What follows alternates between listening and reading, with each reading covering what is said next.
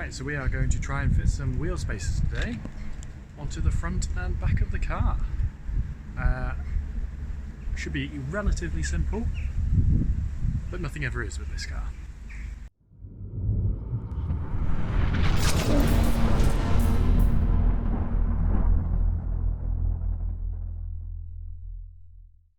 And you'll notice I've parked at a rather jaunty angle.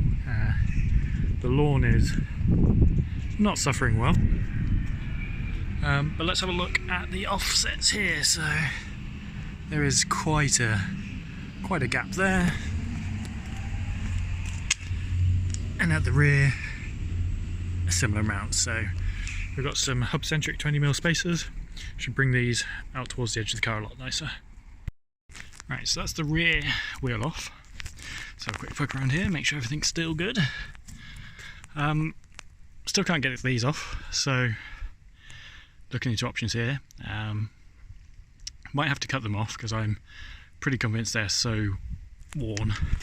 As you can see here, I think this is 20th of 2010, which would be the original wheel drums, which could be 122,000 miles on here. So options are we cut these off, put all new drums on.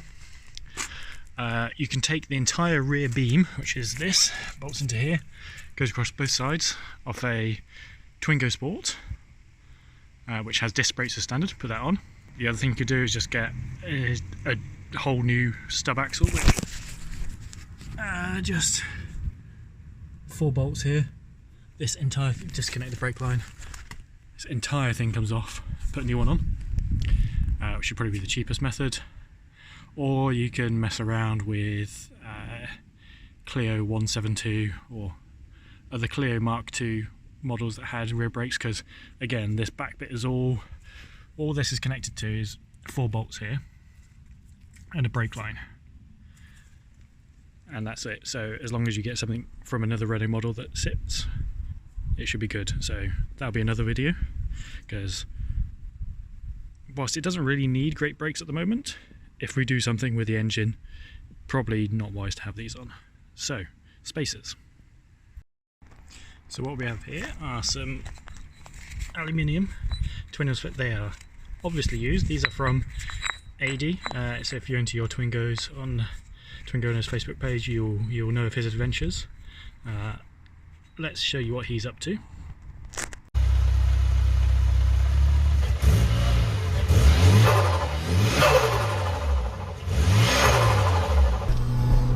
.35 miles an hour in seconds. Let's go. Bone dry outside. Forget how fast this goes.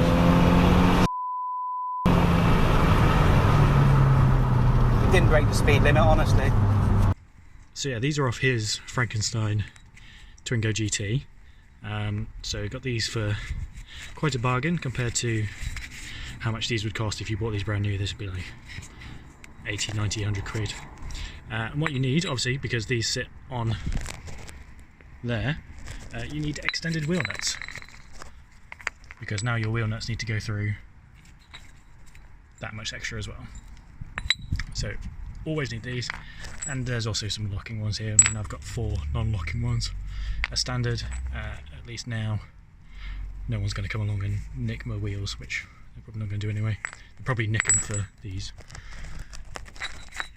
One thing to make sure is you always get Hubcentric spacers. What does Hubcentric mean? It means it has this bit on here. A lot of cheap spacers don't have this, so your weight of your wheel is just being held on by your bolts. It is not being held on. Like if you put this spacer on here without a Hubcentric one, the only thing holding your wheel on is the strain on these 4 bolts, whereas this, which might need a bit of a wire brush to fit, fits on there. Now the wheel sits on this bit and is held in place by these bolts, and that's better. Alright, so we've got this on here. These are pretty clean faces anyway. I could wire brush these up a bit better, but ultimately this is going to be changed soon, so I'm not going to spend time cleaning this up now. Line up the old spacers. There we go. Make sure my bolts fit in my bolt jobby.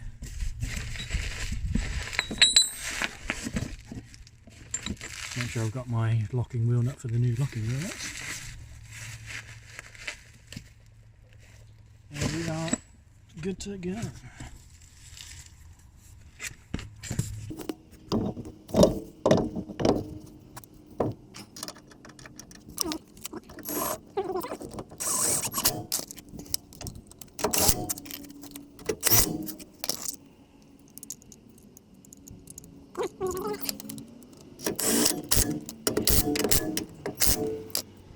Right, before this even hits the ground, this is now much better.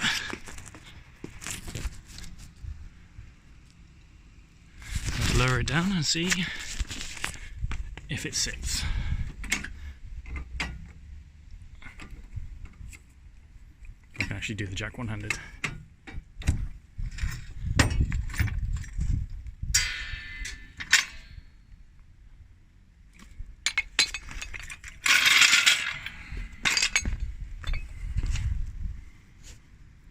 Yeah, much better. I don't know if I'll try and get the angle right and do a side-by-side. But this is sitting much better. It'd be better if it wasn't just covered in mud, but what can you do? If anyone knows any good landscape gardeners, about 5 have come out to quote and none have actually quoted yet. So we jacked this up. This is where I think we're going to get some rubbing, because these already rub a little, which I'm pretty sure is just these have just been absolutely knackered from years of dirt being thrown. But you can see where it's being thrown up. It hits behind here, sinks down, goes into here, which you saw was full of mud in a previous video. Then that over time just pushes this out. So I think what I'm likely going to do is probably cut these off about here, clean all this out, and then put a drain hole underneath here, because this is all just plastic. So then this will be open, and maybe just have it vent out the bottom under the guise of airflow, either on the bottom or maybe dot some air holes there, just to get the. Let's pretend this car is powerful enough to have problems with aerodynamics and just let the air pressure out. Normally you'd have them up here, which you could probably still do. There's wires here, so this not as easy. The Renault Sport Twingos have extended wheel arches, and a lot of people cut back out for that reason, but 58 horsepower is probably not enough to justify that. And we do the same again at the front. Take your spacer, face here again. Could clean these up, but I'll be changing these brake discs soon, so no point in that. You can see it's been sat for a while, so they're going a bit rusty.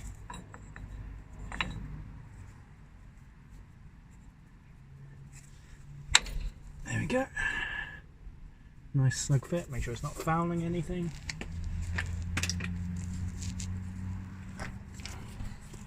One muddy wheel.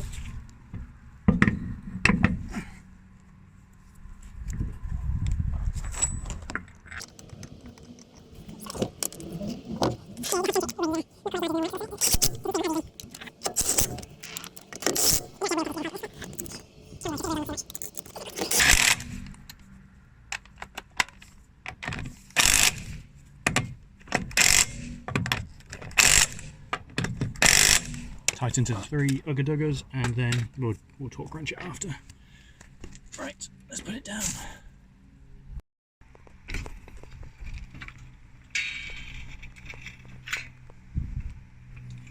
Right, I think this is going to rub. Looks better though. Definitely better. Let's see if we can get another angle shot. Yeah, I suspect this is going to rub. So we'll do the other side, and then we'll go take it out for a drive. Yeah, I just moved it on the drive, and that's definitely going to rub. So we're going to have to do something about that, because that's going to sound absolutely horrendous at any amount of turning.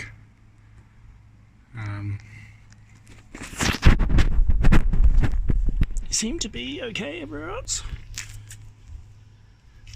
This is not quite on full lock.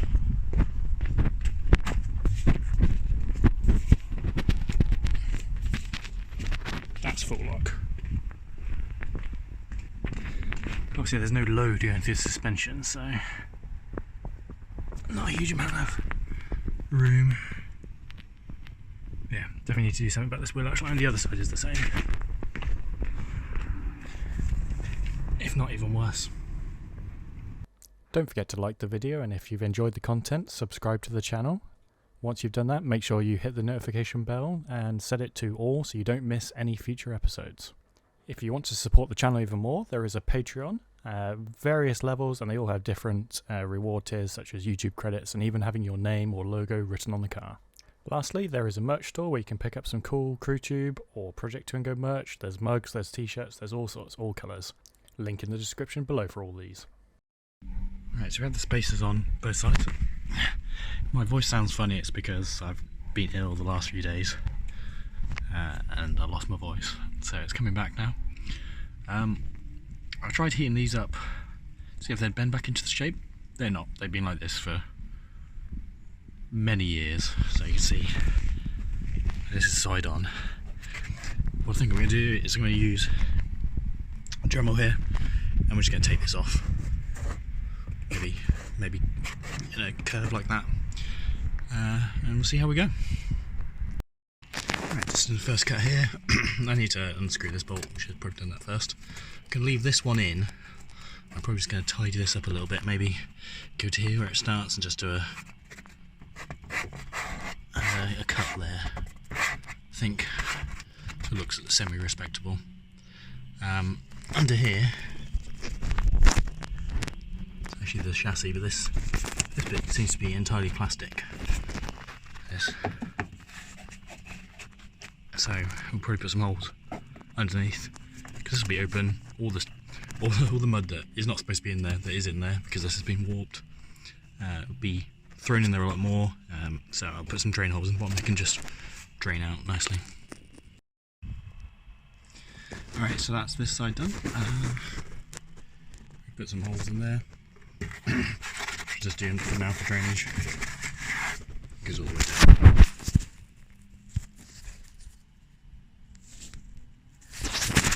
So now we just need to do the other side, which is sticking out equally as badly.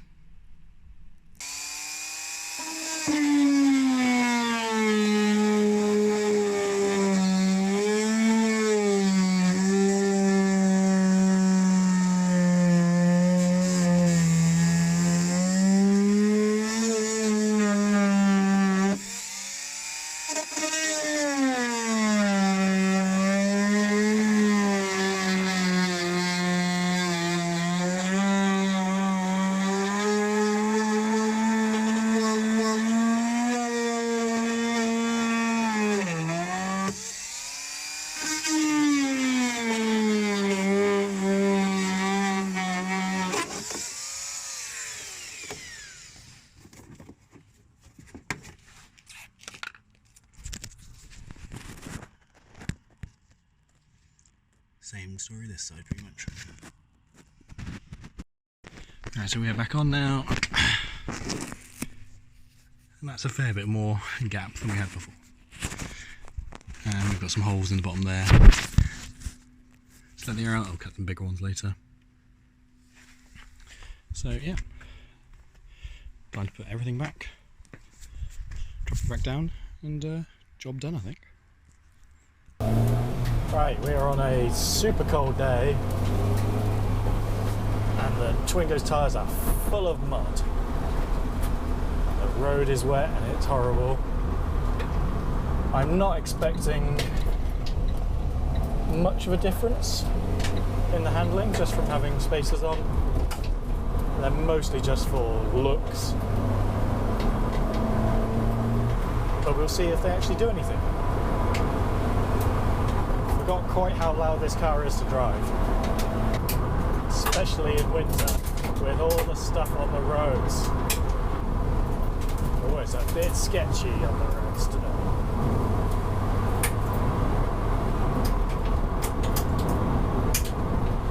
So loud. but it's doing okay.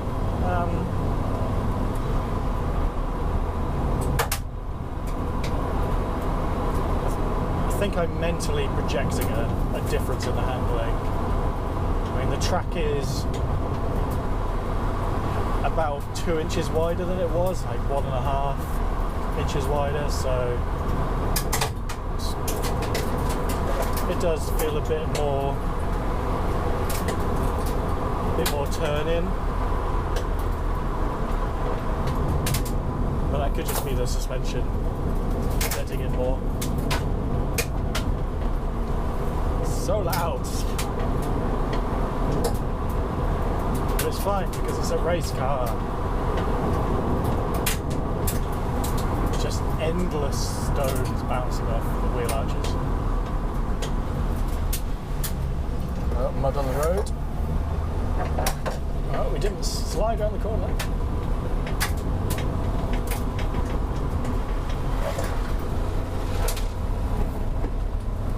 Oh yeah. We do have some grip though.